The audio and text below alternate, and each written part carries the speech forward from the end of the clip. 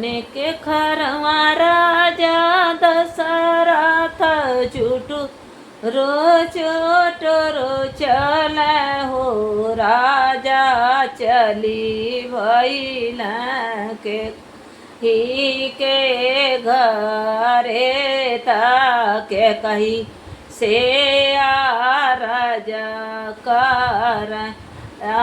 रे चली गईल के कही के घरे तो के कही से राजा कार रानी आजू हमारे राम जी कहती लकी बजनिया देखिया रानी आजू हमारे राम जी कहती लकी बजनिया देखिया बोलिया तो ए राजा बोलला तू बोल हिउ ना जानला हो राजा मारला करे जा में बान पराना लेला कड़ी बोलिया तो ए राजा बोलला तू बोल हिउ ना जानला हो राजा मारला करे जा में बाण पराना लेला कड़ी राजा राम जी तिलक भरत चढ़ई राम के लिखा बना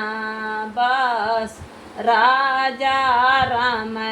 जी तिलक भरत चढ़ई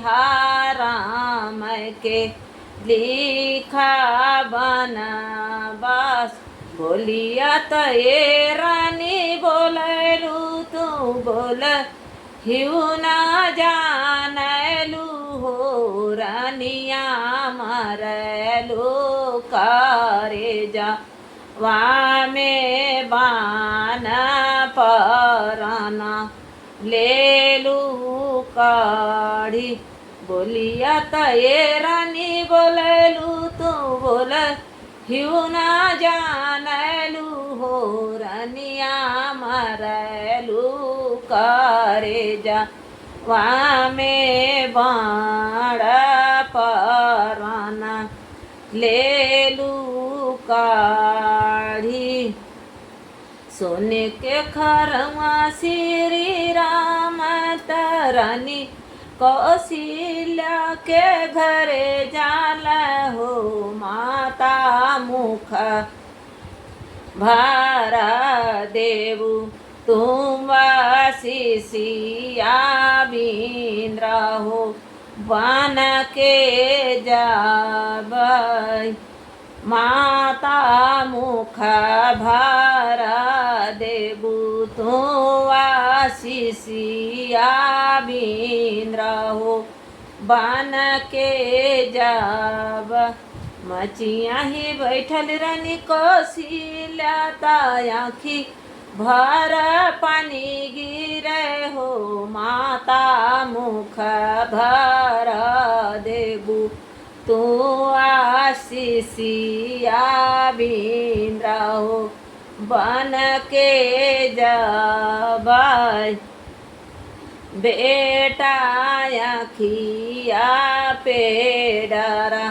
बापारा दावाया जोधिया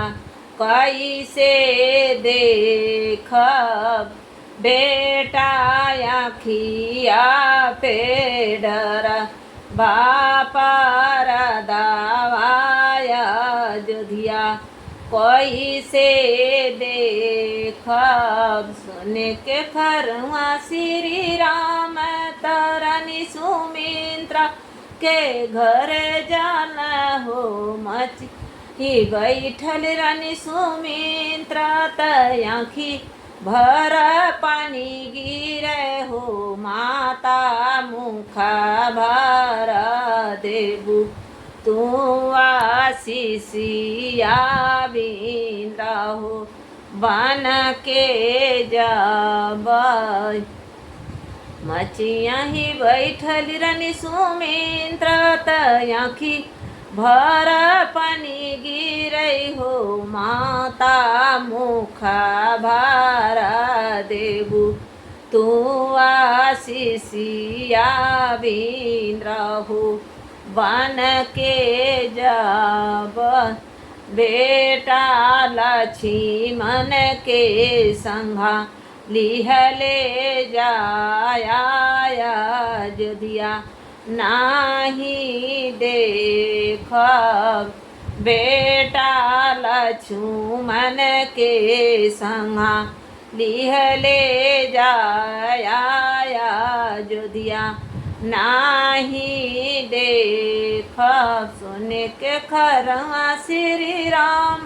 तरानी के कही के घर जाला हो माता मुख भर देबू तू आशीषिया बिंद्रा हो बन के जब माता मुख भर देबू तू आशीषिया बिंद्रा हो बन के जब मचिया बैठल रानी के कही तयांखी भर काजर दिहले हो माता मुख भर देबू तू आशीषिया